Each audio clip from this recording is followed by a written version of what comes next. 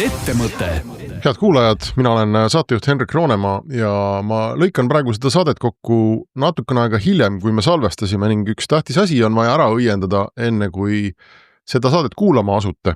Küll te siis kuulete ise ka, aga ühe firmaga, mida me siin saates väga olulisel määral käsitleme ja mis meie edetabelis olulisele kohale jõudis, juhtus vahepeal selline asi, et nad müüdi maha või osteti ära ja me ei tea täna eriti palju sellest tehingust, et me ei tea selle tehingu väärtust ja me ei tea, kui edukas või ebaedukas exit see oli, võib-olla need detailid aja jooksul tulevad avalikkuse ette, aga teadke siis tänast saadet kuulates, et enamik meist, kes me seal saates oleme, ei teadnud salvestamise hetkel, et selline asi on tulemas ja kindlasti ei teadnud seda ka meie küsitlusele vastajad, kes vastasid mõned nädalad enne, kui see uudis avalikustati. Nii et pidage see meeles, muidu aga head saate nautimist. Tere kõigile Ettemõtte kuulajatele, aasta viimane päev on käes ja see tähendab, et on käes ka selle aasta 2025. aasta viimane Ettemõtte saade ja kes on Restarti varem kuulanud või ka Ettemõtet siin viimased mõned aastad, siis me igal aastal korraldame Eesti investorite seas, ehk siis idufirmade investorite seas küsitluse, kus me küsime, kuidas läheb, kuidas läks, mis toimub, millised idufirmad nende arvates on edukal kursil ja millised ei ole ja kuidas nad näevad tulevikku ja tehnoloogia arengut ja selle aasta küsitluse tulemused on siis aasta viimases saates teie ees, kus põhimõtteliselt selgub siis see idufirma, mis teeb Eesti rikkaks ja see idufirma, mis jätab kõik inimesed rahast ilma, kes sinna midagi panid. Ja see on, nagu ikka, see on lõplik tulemus. Meil on Taavi Kotka loomulikult minu kaaslane siin nagu juba üle 10 aasta vist. Tere, Taavi! Tere, ja. Ja Sten Tamkivi, kes on meil ka traditsiooniline aastalõppu kommentaator. Tere, Sten! Tervist! Enne kui ma investorite arvamusi teile vahendan, ma peaks siis teie käest küsima, milline oli 2025 Eesti idu aasta?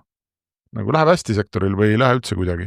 Minu arust oli täitsa okei aasta, et seal asi, mille üle ilmselt nagu pead muutaks, on see, et kas meil on kuidagi vähenenud peale tulevate uute tiimide hulk ja uute alustavate ettevõtete kogus, et need nii-öelda idufirmad, kes me räägime, mõni on 2 ja mõni 5 ja mõni 8 aastat vana juba siin, aga et kes nüüd just sel aastal tekkis, et kas neid on piisavalt palju. Seal on minu arust väga nähtavalt olnud üks selline geopoliitikast tulenev erand on kaitsetööstus, et kus jätkuvalt toimub palju, asutatakse palju ja nii edasi.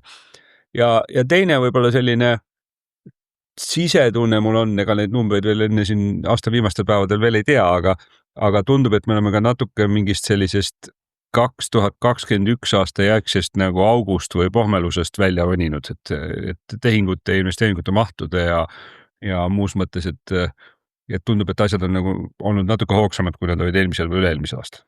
Üks asi veel, mida ma võiks siia juurde vist panna, on see, et meil on üha rohkem neid startup, mis on, kus ma ütlen, kui muidu tundus olevat niimoodi, et teeme kiiresti startup Eestis ja siis müüme selle maha või müüme 2 korda maha isegi või 3 korda, eks, et ajalokku vaadates, siis nüüd piku on, vaatasin Bolti ja Veriffi ja meil on ju palju neid suuri, kes muudkui kasvavad ja sa eladki nagu nende arengule kaasa, eks, et ei ole enam niimoodi, et kui esimene hoog on tehtud, et siis peab Eestist ära minema, et saab siit Eestist ehitada küll, et selles mõttes minu meelest on see nagu tore, et meil on olemas täna, muidu olid üksikud sellised suured, kellele kaasa elada, siis praegu selliseid, ma ütleks 50 mil pluss valuationis ettevõtteid on meil ikkagi juba päris trobikond, et see on väga äge, see mulle õudselt meeldib.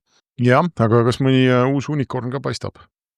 Et kas seal on mingisugune muutus nagu toimub? Enne me lugesime kokku, eks ole, võrreldes kogu muu maailmaga, et kui kõvad unicorni tüübid me siin oleme. Et nüüd, kui me hakkame kokku lugema, et kui kõvad 50 milli tüübid me oleme, et ühest küljest tore, aga teist küljest ma ei tea. Ei, selles mõttes kokku, et 50 millidest tuleb lõpuks äkki unicorn. Äkki tuleb, jah. Aga kas te näete täna nagu selgelt sellise unicorni potentsiaaliga idusid seal alumistes kihtides toimetamas? Ma arvan, et kui me jõuame nende nimede läbikäimiseni, need, kellest me seal positiivse poole peal, ma ei näe põhjust, miks kõik need ei võiks sinna kandideerida. Ettemõte. Roonemaa ja Kotka idupodcast. Hendrik Roonemaa ja Taavi Kotka räägivad igal kolmapäeval sellest, kuidas Eesti 1000 korda suuremaks teha. Ettemõte